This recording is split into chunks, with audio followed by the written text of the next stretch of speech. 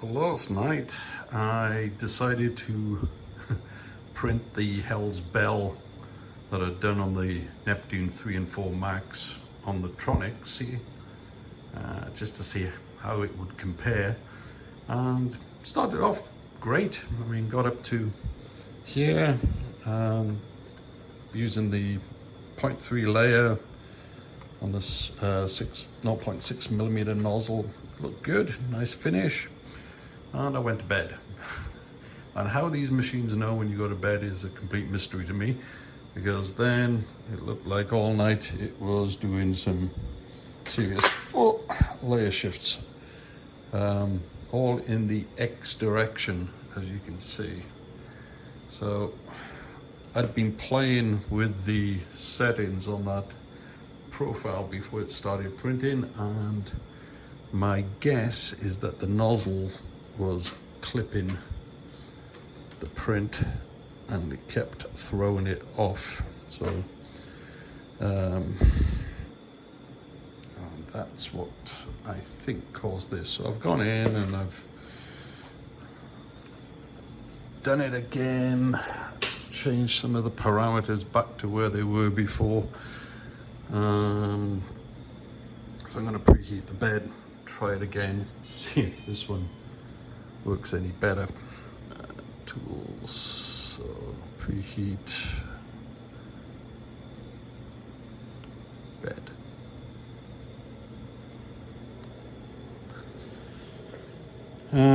Certainly can't come out any worse. So now, one of life's mysteries, because K9, apart from that support issue, I mean, the rest of that panel came out fine. So what the hell caused that? Like I say, all I can think of is that nozzle clipping. So we shall see. A quick wipe. I'll let you know how I get on. Right, no idea what the fudge happened here. So, I mean, it's okay playing with the Cura settings. I mean, first of all, it did a solid base for the raft, which kind of surprised me, because everything else up to that point was just about yay thick. It got up so high, and then it dumped ton of filament right in the center. No, I mean, what the fudge? Like, oh yeah, let's just print spaghetti in the middle of the print. Okay, back to Cura. Don't know what the hell I did on the Cura settings, but yeah, that ain't that's not what I was after. The fact there was only one wall as well, man, something screwed up. I did click on the experimental settings. Yeah, don't think I need to be experimenting with that. So I'm going to go and run back there and see what the hell's going on and start another print. Good morning once again. Monday morning, after I went to sleep, it decided to kill itself. So, fudge. Don't know what it is. It's the same thing.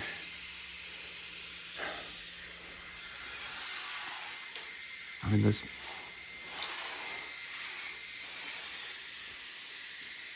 nothing. The bands are good.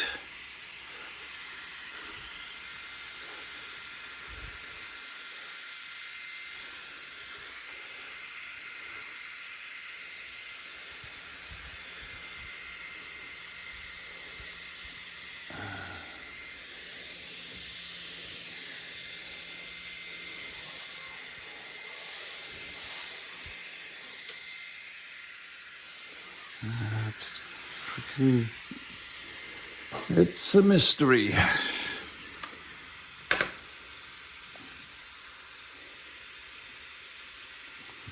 guess I might just try a different model. Might be something about this curved surface. I don't know. Once again, another mess. What the hell is going on with this thing? Right, a bit more investigation coming up. Does this look like a cube? Does it look like a cube? Does it hell look like a cube? So, cursing it again, trying to work out what's wrong. Head slides nicely, like I said. Tightened it up over here, tried slacking it over there as well. And then finally, it should have been so obvious. I'm going to try another print, but there's two little X nuts here and here, which should have been tight and were tight. At least I swear they were when I assembled the damn thing. But I put the screwdriver in this time, and there was some play on them. Of course, I bloody tightened the ones down there earlier for the Y-axis. Never thought about the X one. So anyway, I've tightened them up, and I am hoping that's the reason for this shift. So we shall see. I'm printing another cube. Fingers crossed. So we've tightened everything in sight. We've cleaned every rail. I've examined the belts, cleaned off all the residue, tightened the bloody hex screws. So after this last disaster, I'm trying again.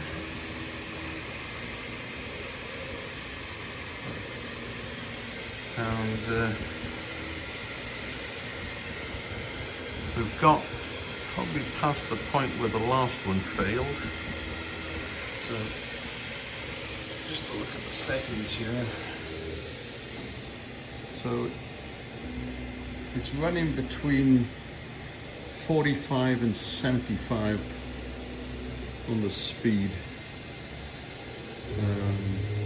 That's filament wise, millimeters a second.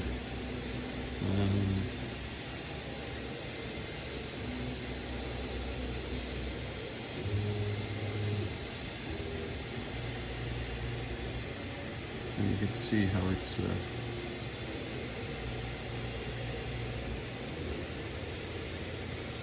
how it jumps up and down depending on whether it's doing the infill, the walls. So the infill tends to be at about 60.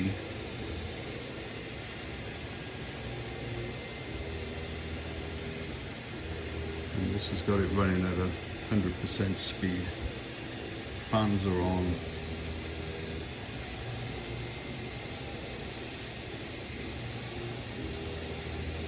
I mean, another thought that was occurring to me was that perhaps the X motor, which is over here, is overheating.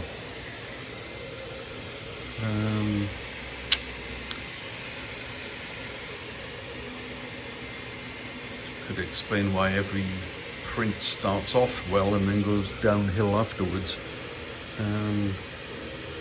It normally prints the first layer or layers at 30. And then once it gets up here, you start to see the acceleration. So many options. Just keep my fingers crossed on this one. And again, just waiting to go to bed because this thing will know when I've gone to bed, and that's when it's going to screw up, because it isn't going to do it while I stare at it. Rule number one, 3D printers, they never break down when you're watching them. Okay, I'll let this thing run again. I just had another what if moment. And what if the layer shift is not because of the motor, but because the filament is jamming on the reel? we might not be seeing the problem with the y-axis because I've got two powerful motors on either side there pulling this back and forth, and that pulls on the reel and brings the filament. But there's only one small motor. I mean, it's about half the size of one of the Y motors driving the X. This little thing over here.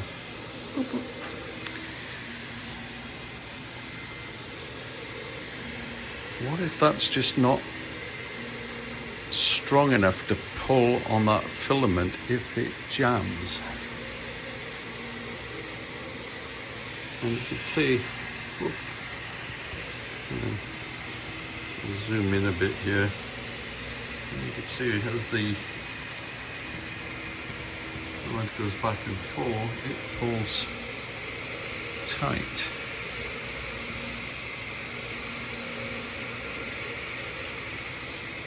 Yeah.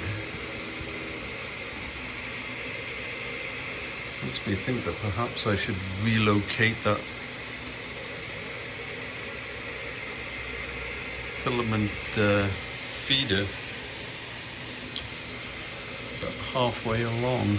I think there's some screw holes that I can use in that bar. That might be worth a look at. Anyway, food for thought. Everything's still going good at the moment. I'm not cursing it by saying it, but looks like whatever I adjusted has stayed adjusted so far. Keep my fingers crossed. Just when I thought everything was good, wake up in the morning,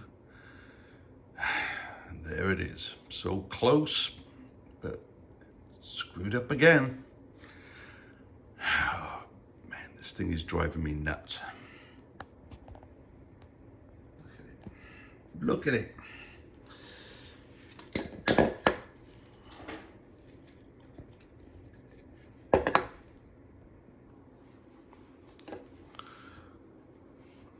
Everything perfect, apart from the Z shift again. Sorry, the X shift. Oh, man. Oh, why?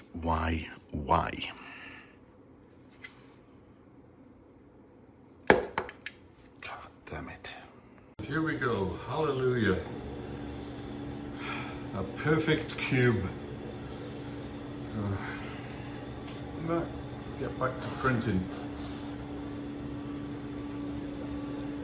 Oh, there we go. Z, X, Y.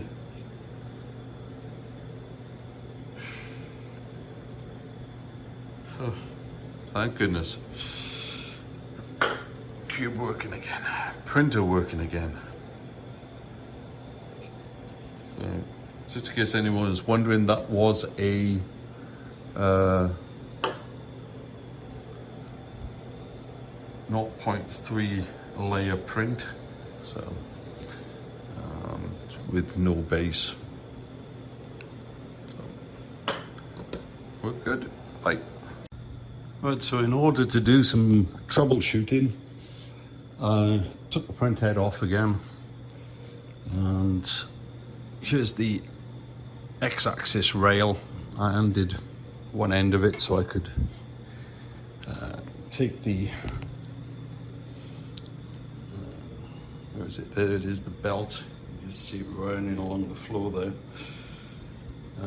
So I wanted to check, make sure all the teeth were in place, that it was clean, everything looked good there.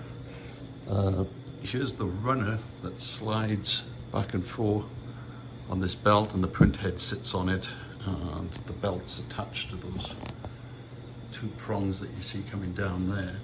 So that will slide back and forth. By lifting this off, I can slide this off the end. I did find a lot of dirt embedded in these front rollers, so I've cleaned them up. So that looks good again. Everything else looks fine. I mean, here's the cog from the motor. No dirt or grime in there. I've tightened up the 2 screws. You see those little Allen screws there, so that shouldn't be sliding at all. So unless there's something wrong with this motor that it's overheating, that's all I can think of. So once again, I'm going to put this all together. I've got a spare belt. I'm going to pull it out just to compare lengths, just to see if I've got a slightly shorter one, which might allow me to tension it up a bit more, if that might do something. But yeah, everything's just looking good. One of life's little mysteries. So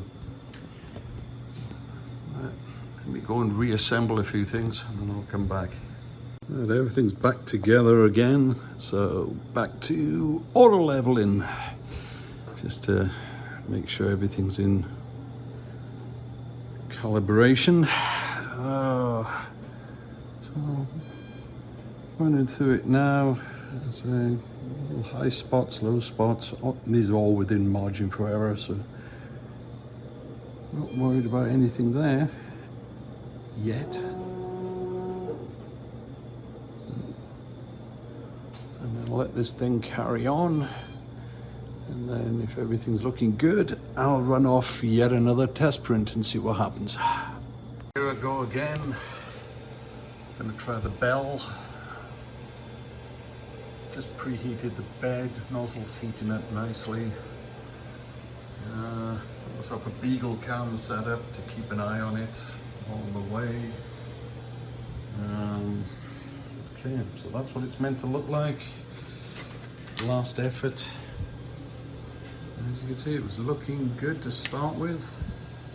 And then this midsection here, that's not meant to, this bit where you see my nail flicking, that was meant to be smooth, and it shifted there and then carried on normal again. So let's see if the change of the belt made a difference, cleaning those wheels made a difference, whether anything made a difference. I'm just going to keep my fingers crossed one more time. Oh, I'm going to need to reset this Z offset. Get up here. Let's see what this thing's up to.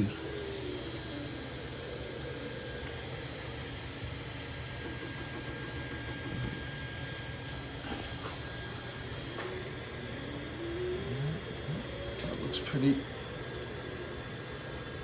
Feels pretty damn good. So I think I'll stick to 4.53 for the moment.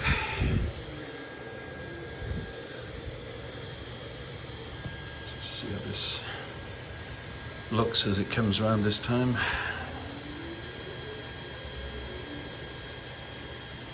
Yeah, filament seems to be going down nicely. Feels squished. And it's sticking to the bed.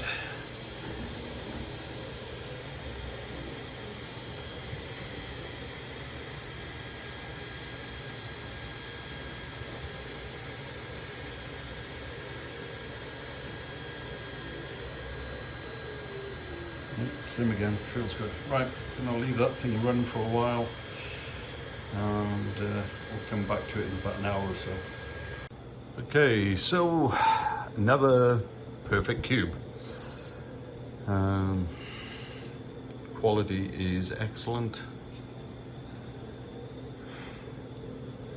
So please, for the love of God, let this be what's fixed it. So what did I do? Okay, I didn't film what I tried because I never thought of it at the time. But what I ended up doing was I couldn't get the X belt any tighter. It just wasn't doing it. So, like, how could I make any adjustments to that if I couldn't make it any tighter? So what I did, let's see if I can see this thing around here. Okay, so here's where the two catches for the X belts go in. You can see one brass hook there, one brass hook there. So I put in some doweling rods, and you can see one there and one there between the metal plate and where the belts curl around. So that effectively stretches each belt by the OD of these two wooden rods, and that gave me a bit of extra tension because I'd already had this up to maximum. I couldn't do it anymore. So short of cutting the belts and crimping on new brass connectors, that seemed the easiest way of doing it, just putting something in there that would stretch it that extra bit more. And I did that, and that's how I got this cube. So is that the problem? Was it all along just needing a bit of extra tension on that X belt?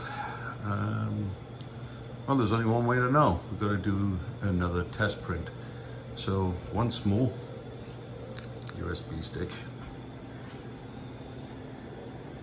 There it goes. I am preheating the bed, and I'm going to do, once again, another bloody bell. And let's see if I can end up with one of these instead of one of them. Put my bell over here. And I don't know what fell on the floor. The clunk. Ah, there it is. Well, a little wrench from my nozzle. So preheat 56 out of 60. Come on, up you go. 57. Just a reminder on these beds, when this thing says it's reached the height, the right temperature, don't believe it. It takes a while for that heat to spread throughout the whole of that glass bed. It's a big old bed. So I'm going to crank that up another 4 degrees, let it warm up a bit more. And I find that, you know, putting my fingers on here, you actually feel the bed getting to the right temperature. So when I feel it getting warm on the edges, I know it's that time to spread out. And you can see on the bed itself, you'll see these patches spreading out where the heat builds up. And you just gotta have a bit of patience. Ooh, like there, you feel it.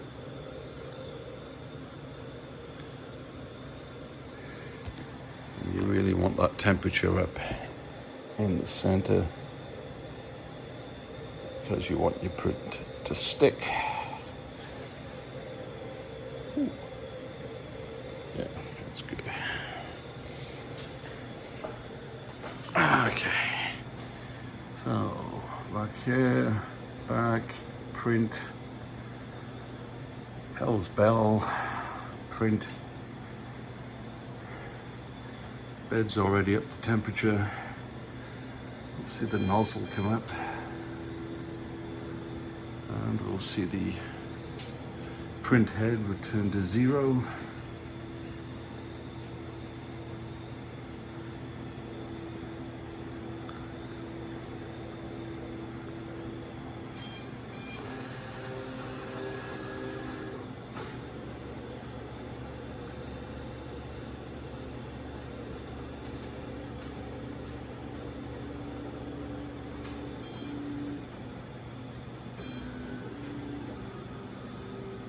Okay, what are we up to? Okay, there's that nozzle temperature climbing now.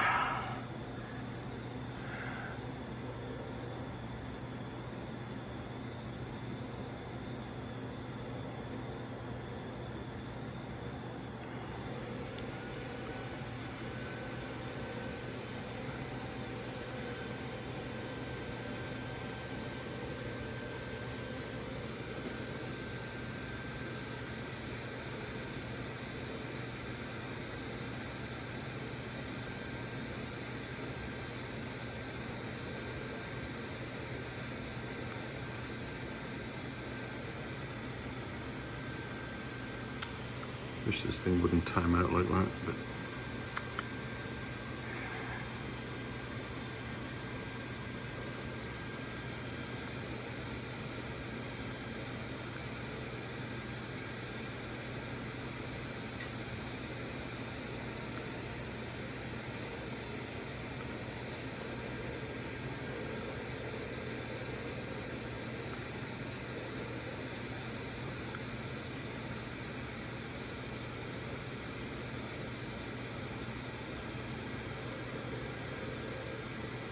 okay, I'm using PLA Plus in case you're wondering, hence the 215 temperature. Now that's set up, and this is about a 27-hour print. I'm gonna come in here because I might need to make some changes to the Z offset. So I'm gonna climb up here.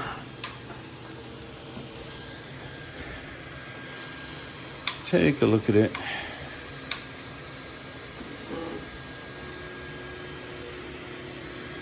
Put down a layer, but that seemed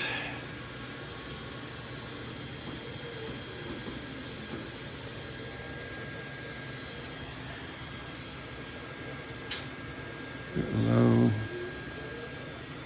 That looks good.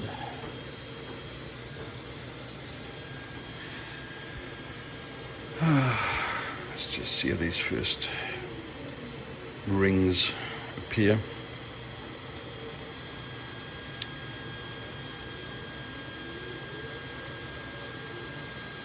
So it's doing a raft to start with. Those always go down slow. So I do like to check them with my finger and just feel how raised they are.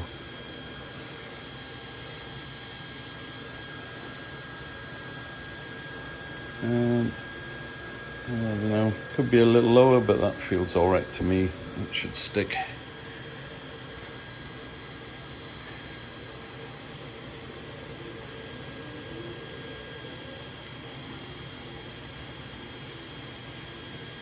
You want to have that impression of it squished into the bed. And go right up close, you can see there. Nice and even, nice thick line. That's kind of what you want to see.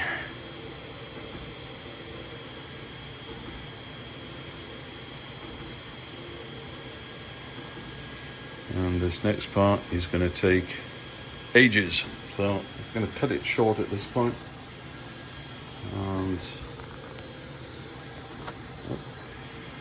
we'll come back to it before I go to bed, and then I hope by the morning we should get a good look at the bell and I won't have any flaws. Fingers crossed.